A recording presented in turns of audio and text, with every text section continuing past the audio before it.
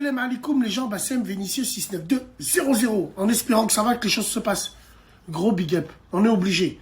On est obligé de faire des gros bisous à tous nos enfants qui rentrent à l'école aujourd'hui. Big dédicace à eux, c'est la rentrée des classes. Big dédicace à tous les petits qui vont aller à la maternelle la première fois. Qui vont aller à la maternelle et le premier prof qu'ils vont avoir, c'est un homme. Moi, président, j'enlèverai systématiquement les hommes au maternel. Parce qu'on n'a pas besoin de prof homme en maternelle. On appelle ça une maternelle. Maternité. Maman. Le petit, quand il sort de chez lui, il veut voir une prof, c'est une femme. Qui ressemble pas à sa mère. Comme ça, il est déjà débousselé, miskin, de partir à l'école. S'il voit un gros barbu qui lui chante du Francis Cabrel dès qu'il... Non, bon, ça, c'est autre chose. Ouais. Gros big up aussi à tous les enfants qui vont rentrer en primaire. La primaire aussi, c'est charnière, c'est super important.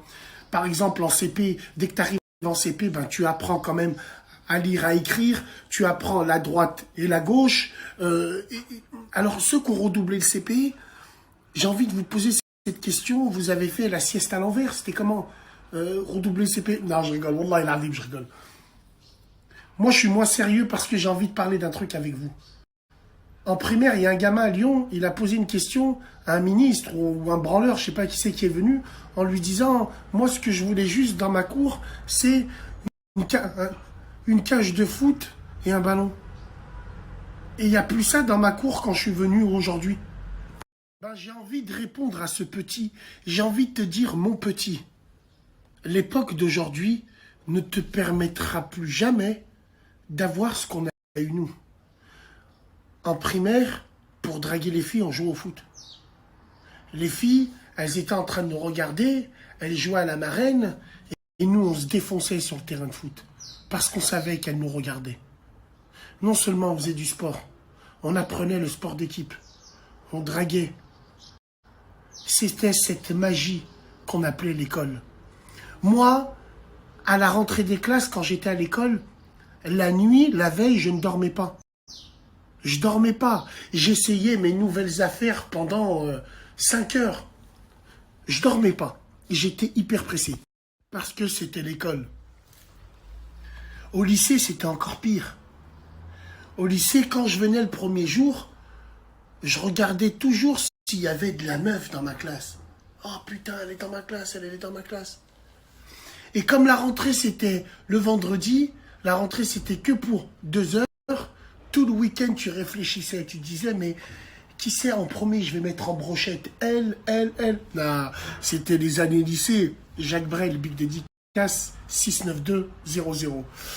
Ce qui est très grave, c'est que, plus sérieusement, la troisième phase vient de commencer, le transhumanisme, mesdames et messieurs. On fait, dans les cours scolaires, des cours de récréation non genrés. Mais qu'est-ce que ça veut dire?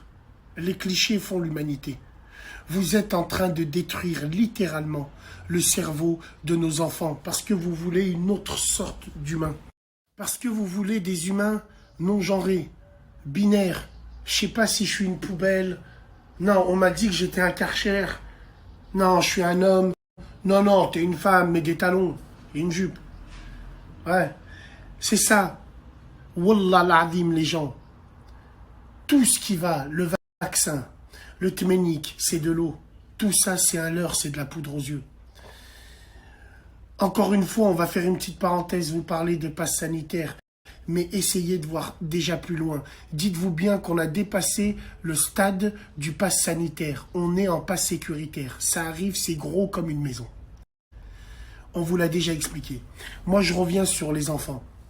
C'est grave. Moi, ça m'a fait mal au cœur quand j'ai entendu ce gamin demander une chose normale dans une cour d'école. Des cages, un ballon et un terrain de foot. Jamais j'aurais cru qu'on... Non. Arrivé à ce point.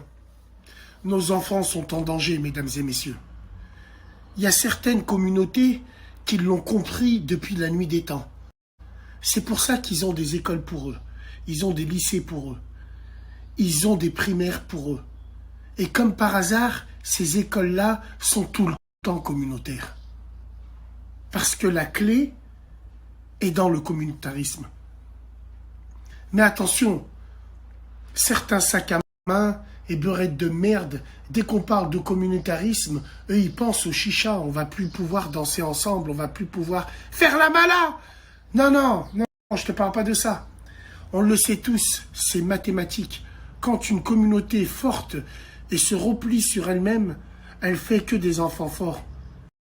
Se replier sur elle-même, ça veut dire les apprendre à vivre en communauté, mais toujours en respectant les autres communautés.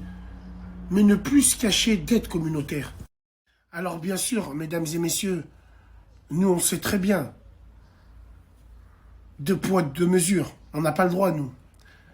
Si on ouvre une école pour nous, on va nous mettre des bâtons dans les roues en restriction, en obligation, qu'avec d'autres écoles de certaines communautés, jamais de la vie, on leur pose le moindre piège. Je ne sais pas si vous comprenez ce que je veux dire. Donc c'est super important. L'école de la République a été rendue obligatoire par Charlemagne. Mais si il avait su ce que c'était devenu maintenant, je pense qu'il doit se retourner sur sa tombe à l'heure d'aujourd'hui. Salam alaikum. Et wallah, wallah, moi je suis inquiet. Je suis inquiet dans le sens où qu'est-ce que ça donne, qu'est-ce que ça va donner. Nos enfants en primaire, ils ont des téléphones portables, ils ont le web. Et qu'est-ce qu'on faisait nous en primaire? Nous en primaire, on n'avait même pas Internet. Au collège, on n'avait même pas Internet et on réussissait à s'échanger des films de cul. Il y en avait toujours un dans notre classe, c'est un spécialiste de films de cul. Le mien, il s'appelait Robert Leroux. Wallahi al-Azim, c'était un roux. Wallahi al-Azim. Et lui, c'était le seul à avoir à l'époque le magnétoscope double. Ça veut dire tu mettais une cassette et tu pouvais enregistrer en dessous le même film. Il faisait un trafic de films de frappe. Et je te parle de ça en 1992. Et imagine-toi maintenant. Ils ont accès directement dans les cours de récré. Non, c'est grave. Il faut que les communautés s'occupent de leurs enfants au niveau scolaire. Wallah, wallah, c'est très grave.